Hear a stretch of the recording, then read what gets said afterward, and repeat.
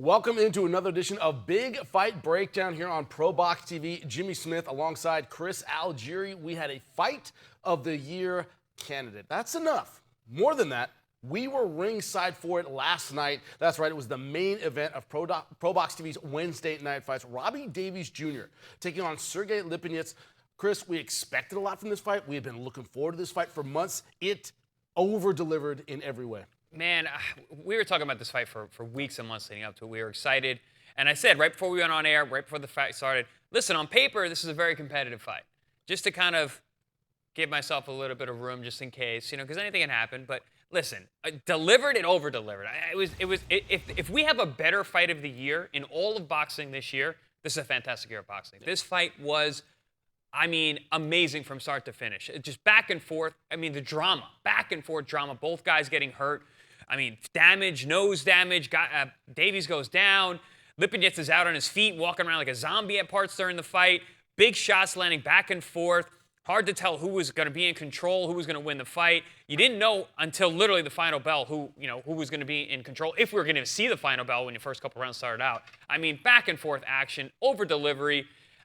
We speak so highly about our fights on ProBox TV, and this one was head and shoulders above that. It wasn't just the fact that both fighters were hurt. Of course, Robbie Davies Jr. down 3 times. Vicious body work from Sergey Lipinets to get back into this fight. But the adjustments both guys made in response to that adversity, I think, surprised everybody.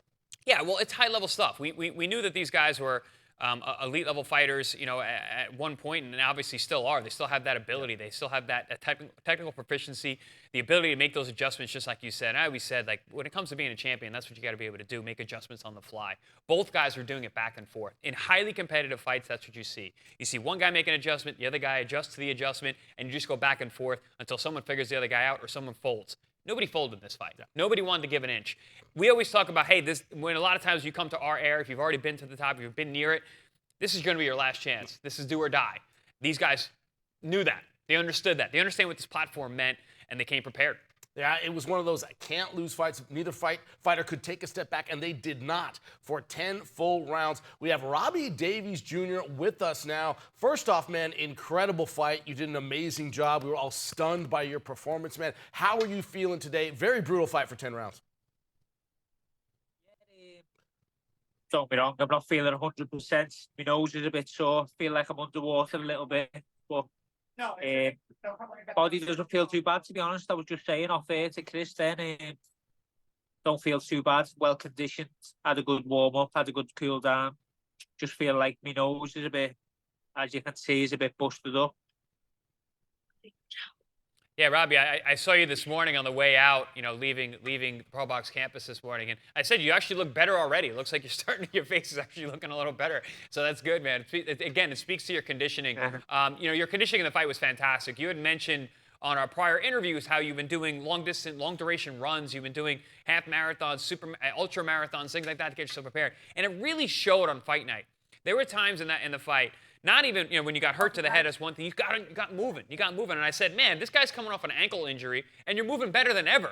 At 33, 34 years old, you normally don't see a guy make that adjustment. But that conditioning that you showed last night, going down on hard body shots twice in one round, and then getting up and moving around the ring, very well, technically he's down, and even coming back that round and scoring some big punches. Speak a little bit to that, and your conditioning, your preparation for this fight. You mentioned that you're actually feeling pretty good, surprisingly. So again, it speaks to your conditioning. Yeah, I think when it got hard for me was I think it was the 6th round. He caught me on my nose with like a covered shot, and I'm not sure if it's broke, but it's definitely done some damage to my nose, and then it become hard to breathe, and then he got me with a body shot just after it, and then it was uphill battle from there, especially like breathing through my mouth constantly, and I just had to make some adjustments to like stand in the pocket and glance shots then. As you can see on that little clip. Yeah, it was that shot right there. One thing that was interesting to me watching this fight, you had Lipinets hurt at the end of round 3 and 4. Was there a little bit of, man, if it had been 10 seconds earlier, I could have gotten him out of there. End of the rounds, you hurt him multiple times. Did that surprise you? Yeah, I think I got him in the 3rd, the 4th. Even when he knocked me down in the 8th, I got up and I hit him with a left hook and his legs went everywhere again, and I just stayed by the bell again. It was just don't get me wrong, he's a great fighter and he had a lot of grit and determination himself, and it was hard to get that finishing touch, what was needed in the last 10, 20 seconds. Yeah, it was surprising. That was part of the drama that I was talking about in this fight, Robbie. Lipinets, he scored 3 knockdowns, but you were very much in that fight and close to stopping him on multiple occasions. And I spoke about a lot leading up to this fight about Sergey's power. He's got world-class power. He's got 13 knockouts and 17 wins. He's knocked out some very good fighters, former world champions. But really, it was your chin that was the story of this fight. You were taking the punches much better than him. Pretty much every time you landed something solid, it seemed to rock his legs. You mentioned his legs going all over the place. But you were very strong, and your chin was very solid this fight. You had mentioned that you had trouble making weight in the past. This fight wasn't like that, and it certainly showed. Maybe talk to that. How close did you feel like you were to finishing him? Even like you said, even those rounds when you went down, you got up and rocked him with shots, and it looked like you were going to still come out victorious. Yeah, like, honestly, up until the 6th round when my nose went, I had full belief that at some point I was going to get him out of there. I felt like I was up on the cards at the halfway points, and I was thinking, I've buzzed him multiple times. I've just got to wait for the right shot. And then, like I was saying, once my nose went and it got hard to breathe and the constant pressure, and then he caught me with a great body shot, and it just got harder and harder for me. And I felt like it was just slipping away then. And then I started like trying to look for that one shot that could capitalise. And then I got him again in the 8th. And then the bell went and I couldn't finish him. And that was just the story of the night, really. Talk us through those multiple knockdowns with the body shots. That first one, I'm not going to lie, man. I thought you were staying down on that one. You looked the referee right in the eye and you got up. The second one, it seemed like more like you were taking a knee. It may have been after effects of the first body shot. Talk us through those 2 knockdowns and how you got up. 2 vicious body shots. See, the one that, like, John, when he cuffed me, like, on the back of the ear, like a headshot, I'd been sliced with a body shot just before it, and it was like, see that, like, yeah, that was just the after effect of the first body shot. Like, when he hit me with the headshot, it hadn't, like, done anything to me. It was just that I'm watching this, doing my head movement, watching it. But yeah, it was just like the after effects of the body shot. Like, as you know, then body shots are what stay with you. With the headshots, you can recover a lot quicker. That's interesting. So you're saying all the knockdowns are more related to the body than the chin. That goes to what I was saying earlier about, you were taking the punches upstairs really well. It's interesting. Yeah. Interesting to hear that. Yeah, don't get me wrong. I've never been put down with a body shot, but when you're breathing through your mouth and you can't breathe through your nose, it's like you've got less air as it is. And then when I got it with the shot, it was like taking the last bit of air out of me. And don't get me wrong, he's a solid puncher, but it was nothing that I felt I couldn't cope with. Do you know what I mean? What I'm wondering about when I look at this fight, Chris and I said this on air, you never made the agreement. You never went, okay, I'll give you these last 3 rounds, I'll just move out and just, give you a decision. You never made that agreement. You were looking for the win the entire time. What did that take after those knockdowns? See, like, that's what I was saying.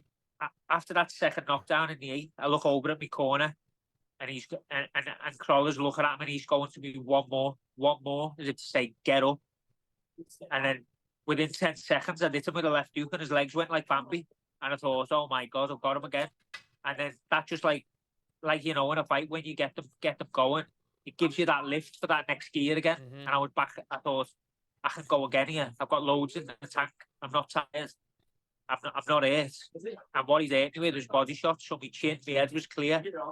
So I just thought, let's just keep trying to grind this out, keep looking for that money punch. I knew I was behind on the cards, but I just had to keep pushing because, honest to God, like, I can't emphasize how much boxing means to me. And anyone that knows me, like, honestly, it makes me emotional thinking of it. Yeah, champ. I mean, you're a warrior, man. You guys both showed that, and neither one of you wanted to give up any ground, and it made for an amazing contest. You can always hang your hat that you're a warrior.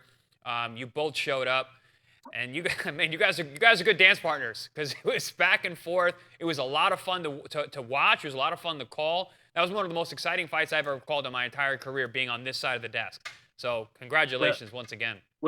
if he doesn't get a big fight off the back of it, tell him to do the rematch. Hey, okay, we would definitely do it on our air, that's for sure.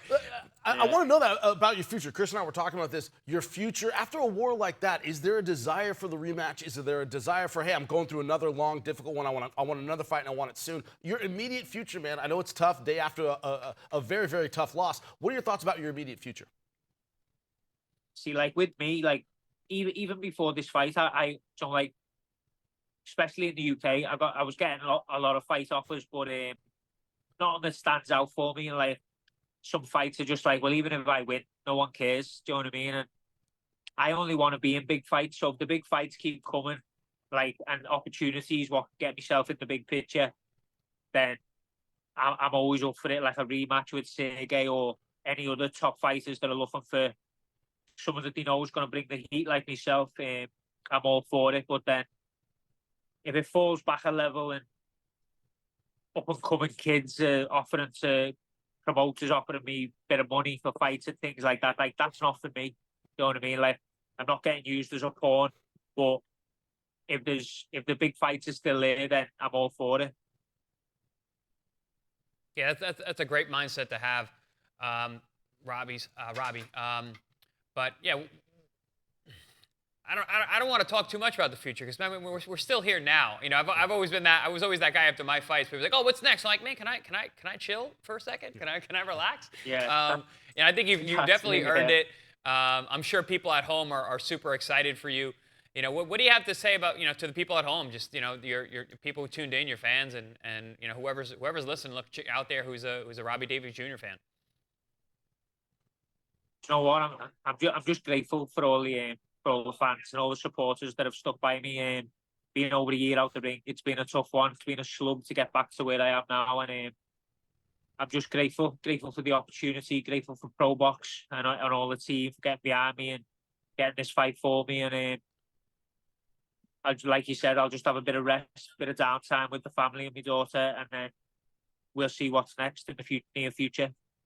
Well, you had a classic fight, man. We at ProBox TV appreciate it so much. It was an honor to call, man. Thank you so much for your time, buddy.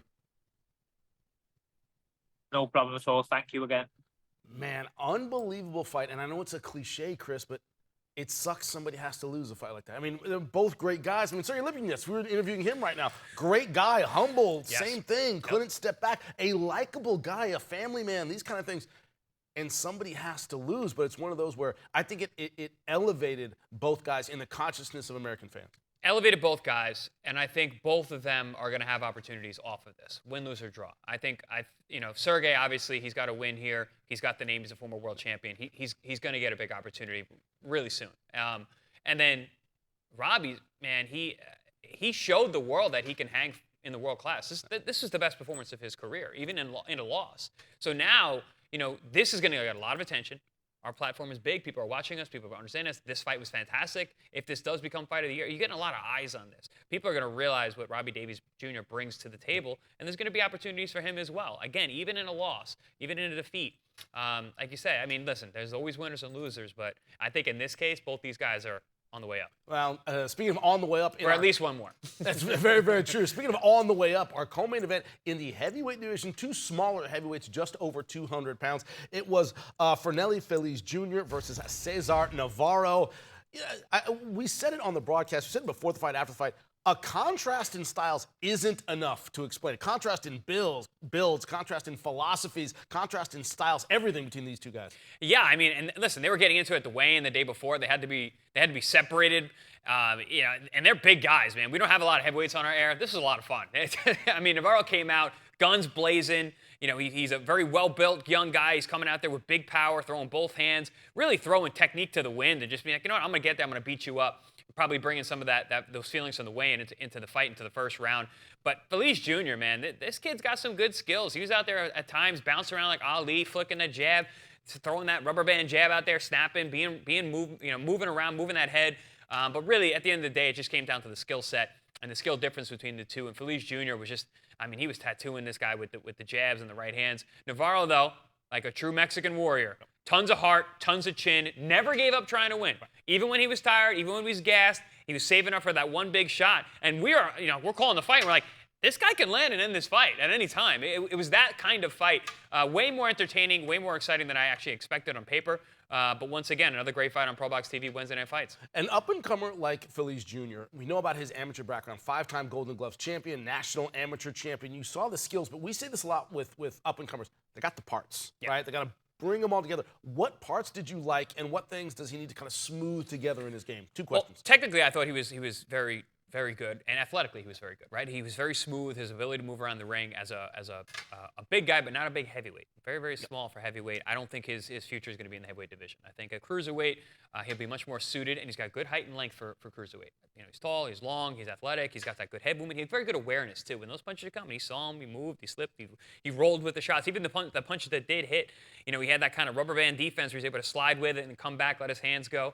I'd like to see him work on the jab more. When you got feet and a long range the way that he does, giving up on that jab, you know, I think with more jabs in that fight, he might have got the stoppage, or at least made the fight a lot easier for himself. But definitely a lot of talent, a lot of physical gifts. I'm looking forward to seeing him again, for sure. One of the things we were talking about in the coaching in between rounds, you know, we referenced Mike Tyson versus Lennox Lewis, right? And the idea of Emmanuel Stewart hitting Lennox Lewis. What are you doing? Get this guy out here. He can still knock you out. Mother effer, let's go home. Cussing out his own fighter. You were wondering why there wasn't a little bit more of that urgency because he was taking on such a big puncher. Yeah, you're out boxing, but only takes one. What are your thoughts on the coaching and his response to that? You know, I don't really know what exactly was going on in the corner anyway. Again, they could have been telling him that. They could have been part of the conversation going on. And you know, Fernely could have just been like, listen, man, I got this guy. We're good. I'm seeing everything. I'm seeing, don't worry about it. I'm seeing everything. I'm getting in there. Or he would have been like, hey, man, this guy's still punching hard. I got to be careful. I still need to be cautious. So I don't really know exactly what was going on in the corner. It's hard to, you know, to guess on it. But at the end of the day, I mean, he looked good and he won the fight. Didn't get hit with too many big shots.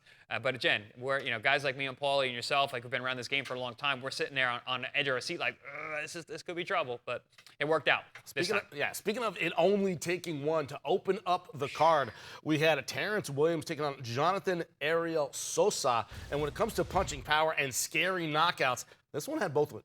Yeah, I mean, we've had Terrence Williams on our air before, and yeah, he looked very good, super solid, going the distance. I think he dropped this guy a few times, but this, I mean, we were talking about his technique early on. Great fundamentals, going to the body right away, using the jab, coming in, got hit with a couple shots early on, but man, just doubling up the left hook. He found that he was going left hook body, left hook head, left hook body, left hook head, you know, for the first couple minutes of the first round, and then he found a left hook upstairs that landed and followed right back up. Here we're going to see it. It's a double left hand. Oh no, this is the shot that got kind of caught him behind the head, which again wasn't entirely his fault. His opponent was bending at the waist, but he lands this double left hook, man. He touches him on the first one and then follows right back up. There it is, bang.